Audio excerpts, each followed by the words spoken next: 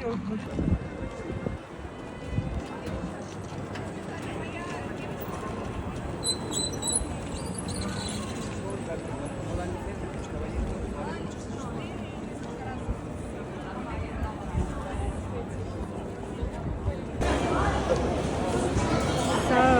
have found a lot of halal options in this mall, Millennium City Mall. Look at this.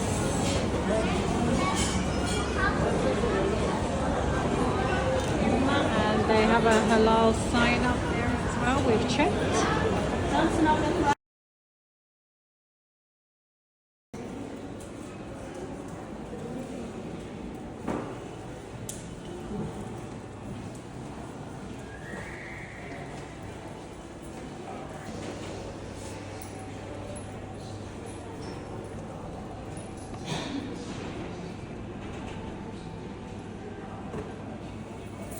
So we've come to the central masjid in Vienna.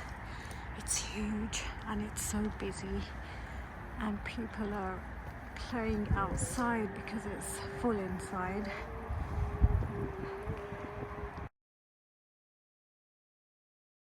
Über einige Verhaltensregeln in Bezug auf das Fasten zu sprechen, wie unter anderem der Ikhlas, die Aufrichtigkeit für Allah subhanahu wa ta'ala und das Beeilen beim Fastenbrechen, dass man so schnell wie möglich beim Eintritt sein Fasten bricht. Und heute setzen wir inshallah fort und widmen uns der gesegneten Suhoor-Mahlzeit, der letzten Mahlzeit vor dem Fasten. Und das war auch die Sunna des Propheten Muhammad a.s. und er motivierte ebenso uns dazu, dass wir die Suhoor-Mahlzeit einnehmen. Er sagte, nehmt das Suhoor ein, den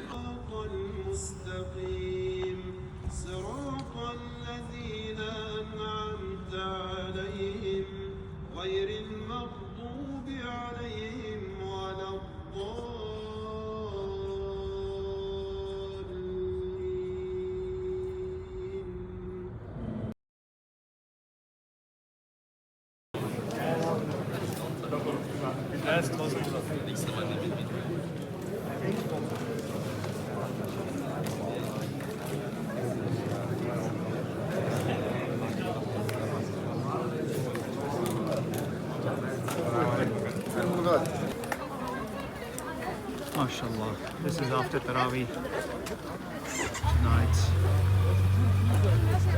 Everywhere.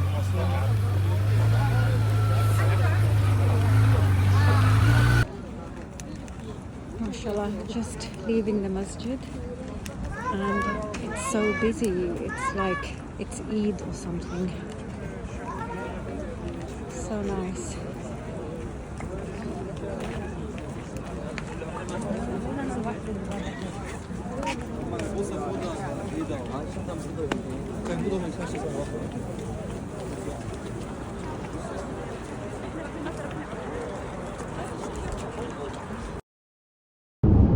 Assalamu alaikum, guys. Assalamu alaikum.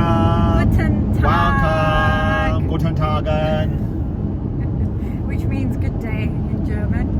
So we have just left Vienna, and it was actually a very interesting city. The architecture was pretty impressive, I think. There was a lot of Gothic influence going back from 13th, 14th, 15th century. Which is all dark. Yeah, very kind of a bit, yeah, a bit scary looking, quite a bit intimidating, right? But then from the 16th century onwards, they started to have more of a Baroque style. So the buildings are a lot more pleasant to look at. The palaces are really nice, and yeah, lots of museums, a lot of places to visit if you have the time. Obviously, we're doing like one day at a time, so we're just basically seeing everything from the outside rather than the inside, and just experiencing, you know, the vibe in each city. It was very, very busy with tourists. The chocolate was amazing. We bought some Swiss chocolate, even though we're not in Switzerland yet. But some handmade chocolate was just really good, really tasty, and different to what you get packed. And then after that we headed down to the masjid, but I think Sajid knows a lot more about the history of Vienna, so I'll pass it on to him. Hello. Well, actually, I don't really know that much history about Vienna. All I know is it's always been the kind of primal space for famous composers that have come through time. Actually, Vienna actually means the city of music. Right? It actually means city of music. There you city of music. And so we saw a lot of buskers, by the way. So that's one thing about the place. Not a cheap place, in my opinion, compared to coming from the Balkan countries. Things aren't as cheap. But nevertheless, I mean, one interesting fact that I came across last time I was in Vienna was that there's part of Vienna suburb where Lenin, Trotsky, Hitler, and Sigmund Freud all stayed within 1 square mile of this suburb, but at different times of their lives. But that was a pretty interesting kind of fact that, wow, okay, all those 4 characters, which obviously caused a lot of evil out there, were part of this kind of hub of Vienna. So it was kind of a pull factor for so many people to come and live and kind of develop from there in terms of ideas. It's actually known as the birthplace of communism, actually. Funny enough, you know, not in Russia. Lenin took it to Russia, but it was from that part of the world. Anyway, besides that, the masjid. The masjid itself is known as the Islamic Cultural Center of Vienna. It's actually a pretty nice masjid, pretty large. It's got, you know, like now we're seeing a whole different architecture on the masjids compared to the Ottoman style, the Mimar Sinin kind of style is now faded away, and we've got more kind of a Western approach to a masjid. Packed out, absolutely packed out, mashallah. And a mixture of languages all being spoken. You saw a lot of hijab here in Vienna, a lot of halal spaces as well, food places and everything. A very big population of Muslims here, actually. And no problem with finding halal food.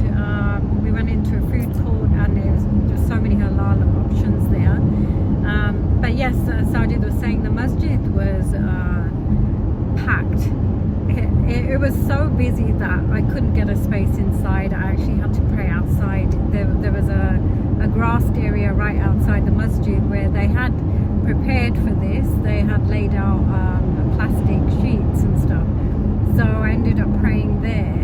And again, the crowd was very young from what I could see. And mainly Egyptians and Syrians, and then a few other people, some Somalians maybe. And the atmosphere was really, really nice.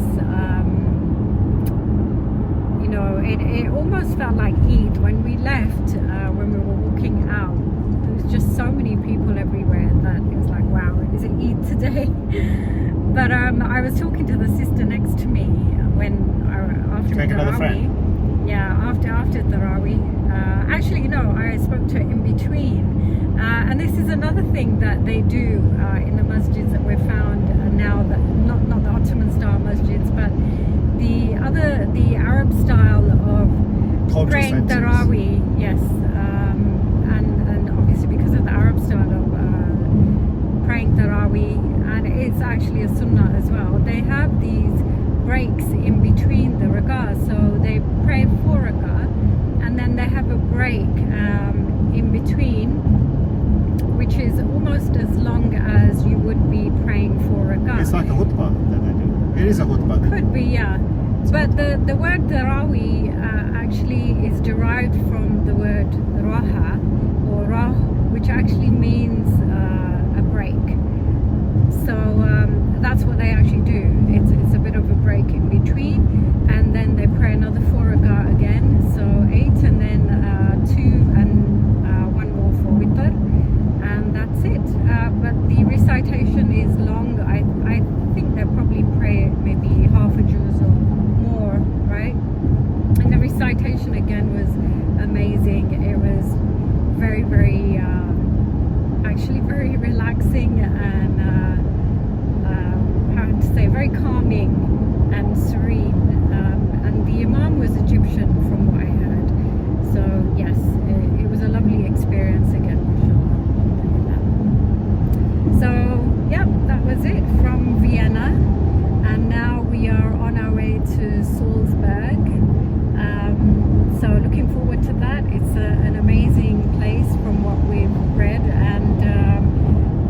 mountainous, very, very scenic. So yeah, really looking forward to that. See you there.